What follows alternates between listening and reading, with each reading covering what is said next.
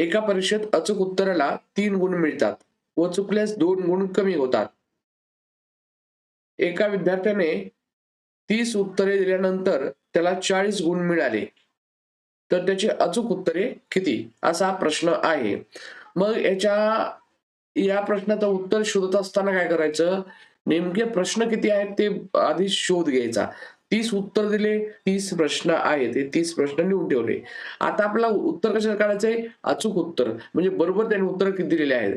मग अशा वेळी काय करायचं? त्याचे जे चुकल्यास जे गुण कमी होतात त्याने एकूण प्रश्नाला गुणायचं. मग चुकल्यास काय? 2 गुण कमी होतात. मग त्याला गुणायचं 30 दुने 60. हे 30 दुने काय झाले? 60 झाले. आणि आता मिळाले किती? 40. मग या 60 आणि 40 या दोघांची बेरीज करायची. त्यानंतर छेदामध्ये लिहायचं. बरोबर आले तर 3 मिळणार. चुकले तर 2 कमी असले तरी या गुणांची बेरीज करून घ्यायची. आणि मग 60 आणि 40 मिळून झाले 100. यामध्ये 3 आणि 2 झाले 5. 5 दुने 10 आणि 0 दशला तर 6. म्हणजे 20 100 म्हणतो आपण. हे अचूक उत्तरे म्हणजे किती दिले त्याने? 20.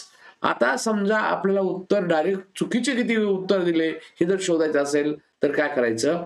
बरोबर उत्तर आल्यावर किती मिळतात? 3. त्या 3 ने ह्या 30 ला गुणायचं.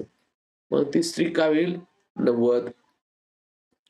आणि मग काय करायचं?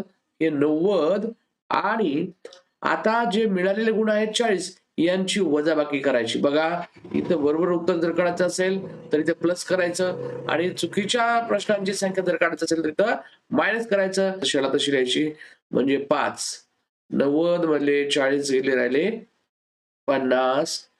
5 ने भाग दिला उत्तर होणार 10. आणि जे 10 जे उत्तर आलेलं असतं हे त्याने चुकीचे उत्तर दिलेले आहेत हे उत्तर असतं.